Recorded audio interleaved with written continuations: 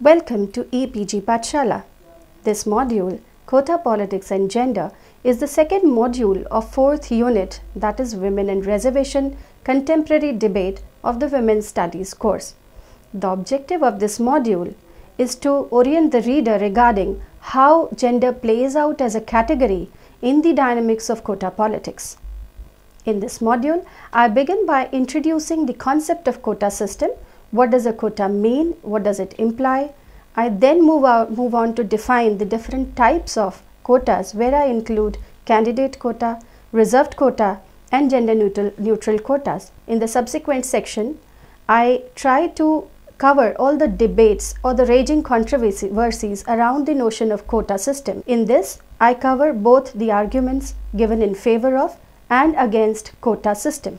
In the next section, I cover some of the theoretical issues like why 33% has been considered to be the critical mass, some other theoretical issues, and then how the implementation of quota has been a very challenging or daunting task. In the concluding section, I summarize the module. Now I shall begin by introducing what is quota system. Promoting citizenship and equality has been the central concern for all liberal democracies. The notion of positive discrimination in this sense, in the form of reservations, has been considered to have ameliorative potential.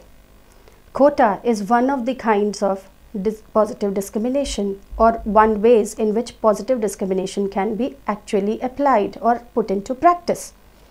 J.M. Nicol defines a quota as quote, numerical goal or requirement for the admission or hiring of members of specified groups within a certain time and until a certain percentage is reached. So two things are critical to this definition. One is that it has to be done within a time frame, and the second is that there has to be a certain percentage which has to be pre-decided and then it has to be reached. Gender quotas have been seen as an effective measure in redressing gender imbalance and ensuring gender equality and justice. And in that sense, they have been tried to be implemented across the world in different countries in different ways. However, in the context of India, the implementation of gender quotas has met with fierce debate and controversy in the context of implementing them, especially in the legislative bodies. I shall now start discussing the types of quotas. Types of quota. The two most common types of electoral gender quotas are candidate quota and reserved quota. Candidate quota applies to the lists of candidates for election given by political parties. It specifies the minimum percentage of candidates for election that must be women. It could be done in two ways. First, legal candidate quotas, which may be laid down by the Constitution, in electoral laws, or in the laws regulating political parties. Enacted by legislation, such a quota may force all the political parties to nominate or select women as constituting the required percentage of electoral candidates. Second, voluntary party quotas, which may be adopted voluntarily by political parties. Second, reserved quota. In this system, a certain number of seats in a legislature are set aside for women among the representatives. This may be done by specifying in the Constitution or enforcement through legislation. A constitutionally provided electoral quota for women is found in Nepal, the Philippines, and Uganda, among some other countries. Legislative quotas are provided in many parts of Latin America, Belgium, Bosnia, Serbia, and Sudan. Reserved seats may be filled by appointment or by election. Filling the reserved seats by election implies counting them among the electoral quotas. This is practiced in Uganda, where 56 seats are reserved for women, 1 woman in each district to be elected by a separate electorate. Rwanda, where 30% of the seats are reserved for women by the Constitution, where women are elected by a special procedure. And Tanzania, where 20% of the seats are reserved for women, which are allocated to the political parties in proportion to the number of parliamentary seats won in an election. Reserved seats can also be filled by appointment. Examples of such a system being practiced are such as in Kenya and some Arab states. I now come to the third kind of quotas, that are gender neutral quotas. Instead of being gender specific, as the above mentioned quota systems are, quotas can be gender neutral. Quotas for women require a minimum number or percentage of women. Gender neutral quota provisions set a minimum and maximum for both the sexes, typically no more than 60% and no less than 40% of positions for either sex. In the case of gender neutral quota provisions, the quota sets a maximum for both sexes, which quotas for women do not. In countries with a high level of female parliamentarians, such as the Scandinavian countries, gender neutral quotas have in a few cases led to men moving up on the lists in order to fulfill the quota provisions. Gender neutral quota rules are sometimes used as a strategic choice in order to refute the arguments of opponents of quotas that they are discriminatory against men. Let us now try to look into the debate on the issue of quota. The arguments given in defense of gender quotas. Anne Phillips has divided the arguments relating to proportion of women elected into 4 groups. First, those who dwell on the role model successful women politicians offer. Second, those that appeal to principles of justice between the sexes. Third, those that identify particular interests of women that would be otherwise overlooked.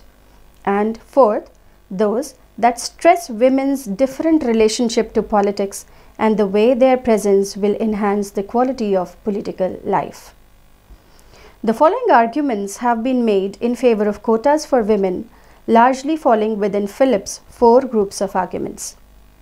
A. It has been argued that institutionalized inequalities require institutionalized countermeasures. B. The question of women's underrepresentation in legislative bodies is also cited as one of the causes why gender quotas are considered to be necessary. As Kumud Sharma writes, the number of women parliamentarians has never exceeded more than 7%. The protagonists of reservation for women argue that the male-dominated political system refuses to provide space for women, and reservations of seats will help in creating political space for women and will also lead to the social mobilization of women. Women are arguing for parity and not charity and see reservation as a vehicle for social justice. C. It has been argued that only women can speak on behalf of women, expressing their wishes and concerns and the diversity of their views. Women as representatives is thus expected to bring women's issues and perspectives into focus within the political space and affect decision making positively for women. D. It is contended that fewer the women in public life, the lesser the likelihood of distinctively female values, priorities, and characteristics finding expression. Hence, women's involvement in political process and decision making in greater numbers can make a significant difference. A faith in women's moral superiority in providing clean politics is expressed in this contention. Several arguments have been leveled against the gender quotas. A.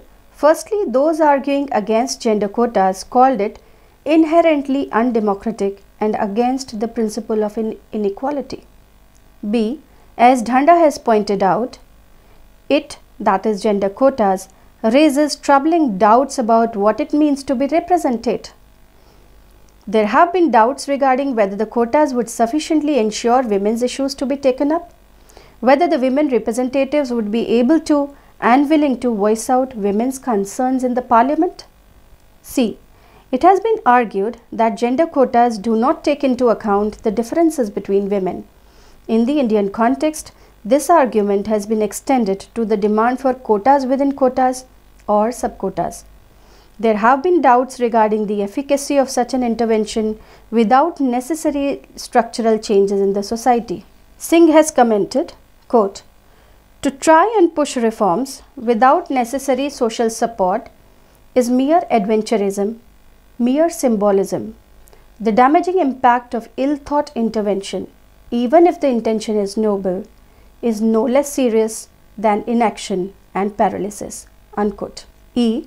Questions have been raised against reservation as to whether an increase in numerical strength of women in the political process and decision-making bodies automatically leads to a qualitative shift in power, and whether women on balance pay greater attention to the concerns of women more than male politicians.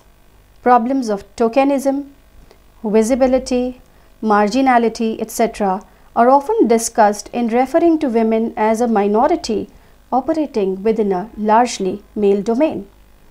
Women's rights and responsibilities to participate equally in political life should not, however, be treated as a minority issue. The political space must belong to all citizens, women and men. F. There have been doubts about the caliber of women parliamentarians who might benefit from a quota without having any work to show for it. G. There are doubts that gender quotas will lead to women being entrapped in divisive politics, where women will be pitched against women. Next, some have even referred to the problem of ghettoization of women's issues. Even those like Kishwar, who are in favor of increasing women's political participation, raise technical questions regarding the suggested procedures for instituting gender quota in legislative bodies. Next, there have been doubts regarding the goal of gender quotas, which is construed to be just mirror representation without any change in the power equations. There has been skepticism regarding rise of nepotism and tokenism, even to the extent where Kishwar explicitly raises concerns regarding ending up with a what she calls quote-unquote BV Beti brigade. Even in the case of women representatives in local bodies, many of them have been labeled as proxy women, where their husbands may act as stand-ins for them, so much so that they can take decisions on their behalf. Lastly, it has been alleged that the bid to introduce the Women's Reservation Bill on gender quotas is an upper caste ploy to stem the rising tide of lower caste men in legislative bodies. Vandana Sonelkar contends that the question of caste and gender as aspects of the citizen subject has been brought to the fore, even as the 81st Constitutional Amendment brought up the issue of reservations for non-upper caste women within the reservations for women in Parliament and state legislatures. Vasanthi Raman also writes, quote, "In a plural society like ours, the political system has to ensure a modicum of equality between all the groups and communities if history's longest oppression is to be seriously tackled. This would imply that the struggle for gender justice and equality will have to be woven into the struggle for emancipation of each of the oppressed groups and communities." Unquote. Dhanda has tried to analyze the impasse that is reached between those debating in favor of and against the gender quotas. While doing so, she has argued that justifications for gender quotas in legislative bodies must move beyond a quote-unquote consequentialist framework. She has rather suggested paying more attention to identity concerns as a more fruitful way of understanding the opposition and support for the use of gender quotas in ensuring the representation of women in legislative bodies. Let us now discuss some other significant issues. Besides the above arguments for and against quotas, there have been other discussions and debates on the issues related to quota for women. These range from the discussions on the determination of 33% as the critical mass to theoretical issues and challenges in the implementation of quotas. Why 33%? The critical mass theory. The Women's Reservation Bill seeks to reserve 33% of the seats for women in the lower house of the Parliament and the state legislatures based on the critical mass theory. The theory stems from the seminal works of Cantor and Dallerup. In a study of an American corporation with culturally diverse population, she found that the numerically many, the dominants, control the group's culture, while the numerically fewer, whom she calls the tokens, are reduced to symbolic representatives of their social category. Taking Cantor's work further to women in politics, Dallerup argued that minorities in proportion ranging between 15 to 40 are strong enough to begin to influence the culture of the group. The notion of the critical mass is borrowed from physics, which refers to the quantity needed to start an irreversible process. Dallerup studied the Scandinavian parliament, taking 30% as the critical mass for a minority to be able to make difference. The Scandinavian parliament had around 1/3 of its seats occupied by women at the time of this study. In 1990, the United Nations Economic and Social Council endorsed the implementation of measures to reach the target of 30% women in national legislatures by 1995. However, there have been questions on the magic number of 33% by some scholars. Madhukishwar points out that reservations to the SCs and STs in India was determined on the basis of their proportion in the overall population. Extending the same logic to reservations for women would imply extending 49% reservation to women, unquote. Let us now come to some other theoretical issues. The discussion on quotas includes discussions on some important theoretical issues. As Dallerup points out, quote, quotas represent a change in public equality policy from equal opportunities to equality of results, unquote. However, there are more theoretical questions regarding the concept of representation itself. In her classic text, The Concept of Representation, Hannah Pitkin argues that there is no common understanding about the nature of representation and about what fair representation is. In regard to the distinction between representation of ideas and social representation, quotas for women relate to the latter position. Opponents of quota systems often argue from the standpoint of the former. Menon also refers to this in her paper, where she alludes to the phenomenon of groups seeking recognition in representative bodies on the basis of ethnic, religious, or gender identity as a shift from ideology to identity. While analyzing the many arguments against quotas, Anne Phillips asks why everybody accedes to the demand for women's participation but not for equal representation. She advocates gender quotas in a system that combines the politics of ideas with politics of presence. Phillips only, thus as Menon notes, quote, makes a minimalist case for quotas while rejecting the idea of representation, unquote. It has also been argued that quotas work differently under different electoral systems. As Dallerup writes, quotas are most easily introduced in proportional representation, that is PR systems, and other multi-list systems. In general, it is much more complicated to construct gender quotas that are appropriate for single-member constituency electoral systems. Only 1/3 of the countries around the world with plurality or majority electoral systems have introduced some kind of gender quota as compared to 4/5 of the countries with PR systems, as per Dallerup, reported in 2007. Rendall also writes that, quote, ceteris paribus, women are much less likely to be selected as party candidates in single-member districts under a first-past-the-post electoral system because they will be in direct competition with men in a zero-sum contest. In addition, although in these circumstances gender quotas might seem more necessary, the evidence from developed countries indicates that parties are more reluctant to adopt them, unquote.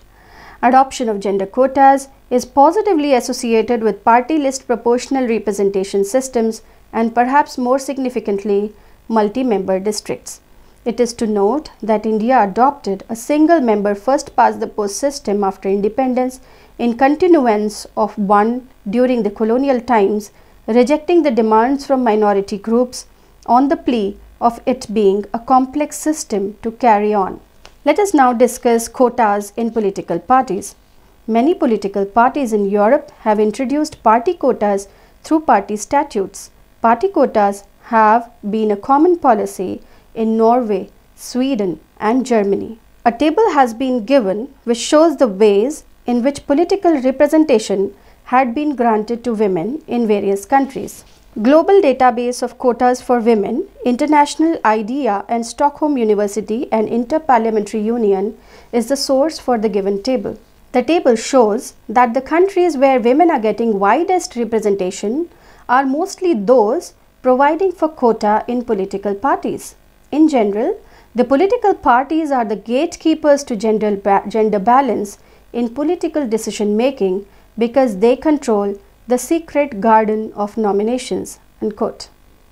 In democratic political systems, parties control or dominate the selection and nomination processes. This points towards recruitment, and an admission of the importance of such recruitments may lead to the convention that even legislative quotas may be rendered ineffective in the wake of absence of party quotas. Even the supporters of quotas have been skeptical regarding the possibility of reaching the level of quota even if it is enacted. There are others who consider quotas in political parties to be a better alternative. However, the reluctance of political parties to accept or implement party quotas offers a big hurdle in this. In India, only a very few of the political parties have tried to increase the number of women in party organizations. This may have to do with the tacit acceptance of the fact that the political climate of the country renders it difficult for women to enter and survive in politics. Menon refers to a proposal made by the Election Commission whereby all political parties should mutually agree on the percentage of seats where they will mandatorily field women candidates in parliamentary and assembly elections. This was, however, construed to be a compromise formula by the left parties that will only ensure tickets for women and not guarantee their victory. Menon says that such a move should be a self-regulatory move instead of being a kind of policing by the Election Commission. Gail Ombet also, while supporting the proposal of parties reserving a proportion of their tickets for women, does not talk about any role of Election Commission in it. Kishwar, while proposing the Alternative Women's Reservation Bill, that is AWRB, also proposes enacting of a law to make it mandatory for all political parties to nominate women candidates in election in 1/3 of the constituencies. This should be done also in the case of seats reserved for SCs and STs. The implementation of gender quotas, there have also been debates about whether quotas may work for women or they have to be made to work for women. This points towards implementation issues which may render quotas useless. To summarize, a quota is a numerical goal or a requirement for hiring or admission of members of specified groups within a certain time and until a certain percentage is reached. That is how G.M. Nichol has described a quota. A quota is also seen as one of the ways in which positive discrimination can be actually put into practice in societies where inequality has been institutionalized through social structures in the past. The quota system has its own dynamics, and the present module tried to describe how gender actually plays as a category in the dynamics of gender politics. In spite of controversies, gender quotas have been largely seen as an effective way of redressing gender imbalance and ensuring gender equality and justice. Several countries have adopted various kinds of gender quotas.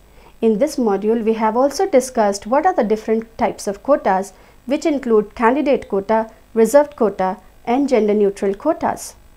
We have also seen that in different countries, gender quotas have been incorporated in different ways, like reserving tickets in political parties to other forms of. Besides, arguments have been leveled against and also in favor of gender quotas.